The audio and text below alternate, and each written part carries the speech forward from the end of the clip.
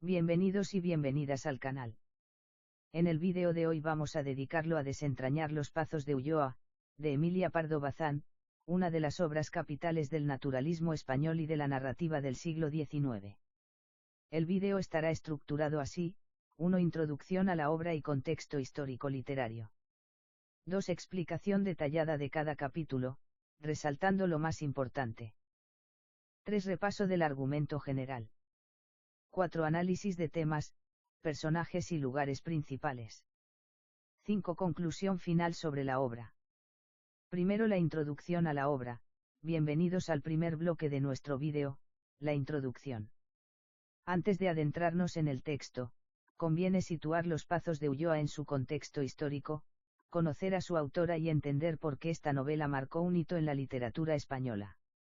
Emilia Pardo Bazán nació en La Coruña en 1851 y falleció en Madrid en 1921. Fue escritora, crítica literaria y una de las primeras grandes defensoras del feminismo en España. En 1886 publicó Los Pazos de Ulloa, novela de corte naturalista que describe con minuciosidad y rigor científico la realidad rural gallega, sus paisajes, sus gentes, su miseria y sus tradiciones. El naturalismo nace en Francia de la mano de Émile Zola y se caracteriza por aplicar el método científico al estudio de los personajes. El ser humano aparece condicionado por su biología, su herencia y su entorno social. Pardo Bazán adoptó esos principios, pero los tamizó con una mirada ética y social muy propia, denuncia el caciquismo, la violencia, la miseria moral y material, pero también muestra compasión por sus víctimas. Los Pazos de Ulloa combina el retrato costumbrista, descripciones detalladas de la vida en el campo, con la trama dramática de un choque entre civilización y barbarie. Su estructura es de tipo epistolar y narrativa en tercera persona, lo que permite al lector alternar la voz del narrador omnisciente con cartas y apuntes de don Julián, el protagonista sacerdotal. Hoy vamos a repasar la novela capítulo a capítulo, haremos un argumento global, analizaremos sus temas, sus personajes y sus espacios, y cerraremos con una conclusión sobre su valor literario y social. Comenzamos. Aquí tenemos la explicación detallada de cada capítulo. Capítulo 1. El capítulo 1 abre con la llegada de don Julián Álvarez, un joven cura de Santiago de Compostela, a Los Pazos de Ulloa. La narración nos muestra de inmediato el contraste entre la ciudad, civismo, cultura, progreso, y la Galicia rural, atraso, miseria, oscuridad.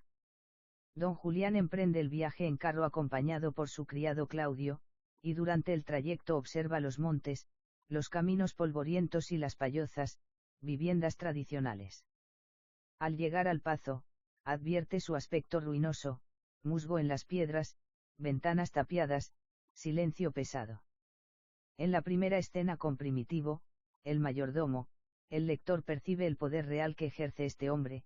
Primitivo decide quién vive y quién muere en la comarca, controla la administración del marqués y maneja el latifundio como un cacique. A través de la mirada inocente de don Julián, descubrimos la corrupción y la violencia soterrada. El mayordomo humilla al capellán municipal, se burla de las normas de la iglesia y usa sus guardianes para imponer orden. Este primer capítulo sienta las bases. Don Julián representa la moral, la fe y la educación, Primitivo el poder bravio, el instinto y la ley del fuerte. El Pazo es un microcosmos cerrado, un organismo enfermo. Capítulo 2. En el capítulo 2, don Julián recorre los salones abandonados del Pazo y despierta recuerdos de un pasado glorioso, muebles de caoba, retratos familiares, tapices descoloridos. Es el Pazo de Ulloa en decadencia. Aquí aparece Perucho, un niño huérfano que juega en los portales. Primitivo lo llama hijo de nadie, pero don Julián intuye que hay más. Pronto sabremos que Perucho es el hijo ilegítimo del marqués don Pedro Moscoso y de la criada Sabel, hija del mayordomo. La revelación de Perucho introduce el tema de la transmisión de la violencia. Este muchacho heredará las miserias de su padre y la manipulación de Primitivo. Además, don Julián empieza a sentir compasión por el niño. En este capítulo también se perfila al propio don Pedro, un noble desdibujado que aparece brevemente. Los criados le temen y le odian. Capítulo 3. el capítulo 3 está dedicado a la presentación de don Pedro. Pardo Bazán lo describe como un hombre de mediana edad, robusto, con bigote ralo, vestido con una casaca ajada. Habla mal, con barbarismos, y vive de caza, vino y deudas. Don Pedro trata a don Julián con condescendencia, casi como a un ignorante. El sacerdote propugna reforma y virtud, pero choca contra la indiferencia y la ignorancia de su señor. En una comida, don Pedro exige carne de vaca mientras el capellán municipal muere de hambre. Este capítulo subraya el choque de valores, la fe y la caridad de don Julián versus la brutalidad y la insaciable codicia de la nobleza.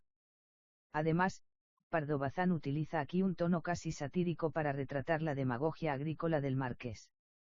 Capítulo 4. En el capítulo 4, don Julián convence a don Pedro de la necesidad de casarse con una mujer que le aporte orden y respeto social. Se parte hacia Santiago para buscar una novia.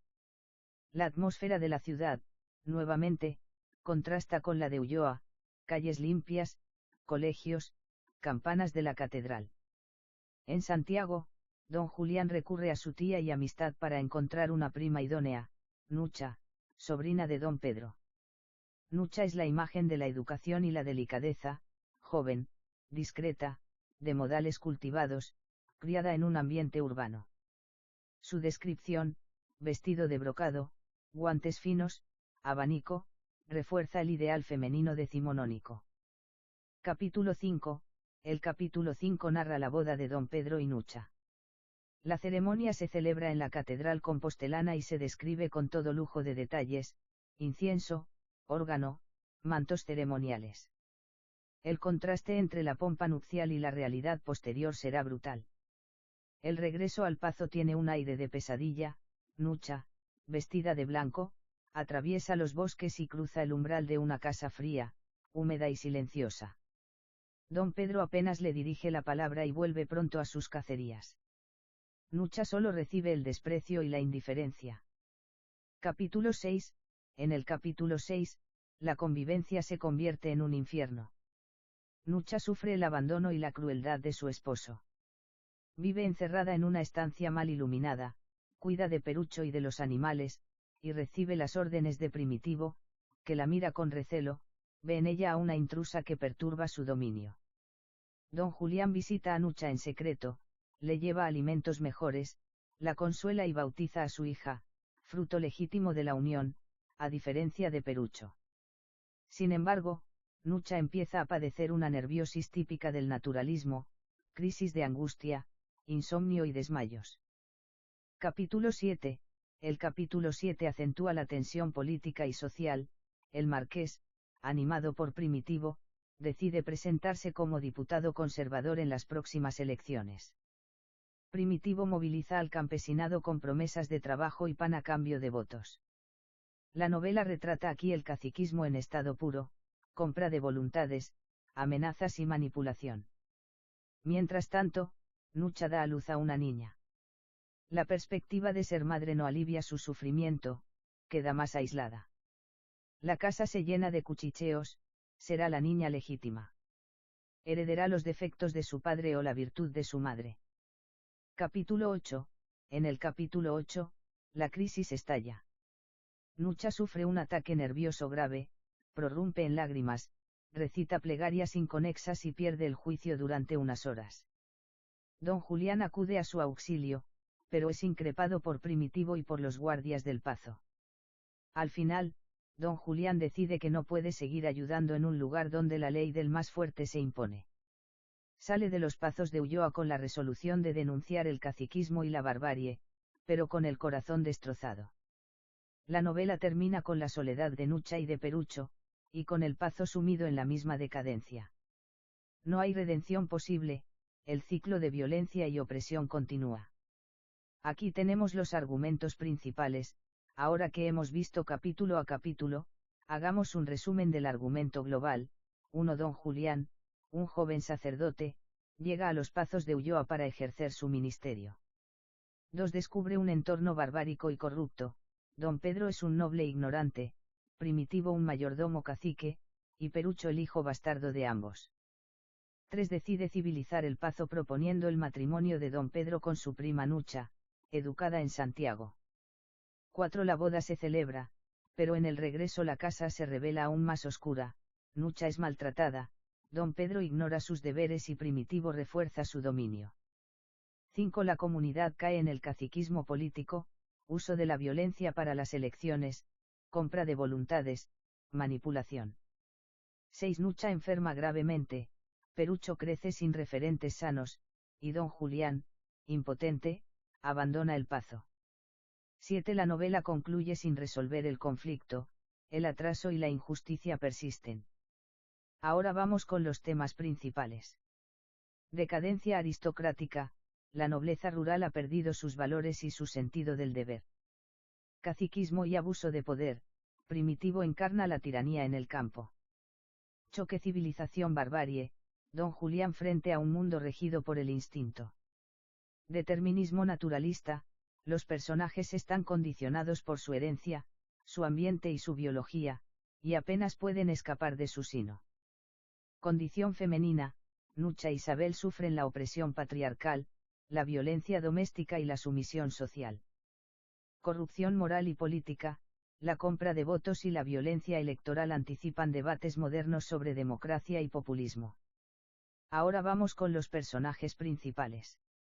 Don Julián Álvarez, cura de ciudad, moralista ingenuo, testigo impotente de la decadencia.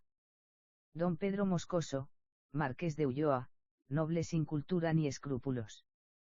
Primitivo, mayordomo y cacique, detenta el poder real en el Pazo y la comarca. Nucha, prima inocente y educada de don Pedro, víctima de un matrimonio fallido. Sabel, criada amante de don Pedro, hija de Primitivo, símbolo de la complejidad moral, sumisa pero astuta. Perucho, niño bastardo, heredero del desorden, retrato de la futura generación. Claudio, criado de don Julián, voz del sentido común y el miedo al poder de Primitivo. Ahora vamos con los lugares más importantes. Los Pazos de Ulloa, mansión señorial en ruinas, corazón de la miseria aristocrática. Santiago de Compostela, referente civilizado, sede de la catedral y de la cultura. La iglesia local, abandonada, símbolo del fracaso de la fe y la moral. Los caminos rurales y el bosque, espacios de violencia oculta, de pactos secretos y de dominio caciquil.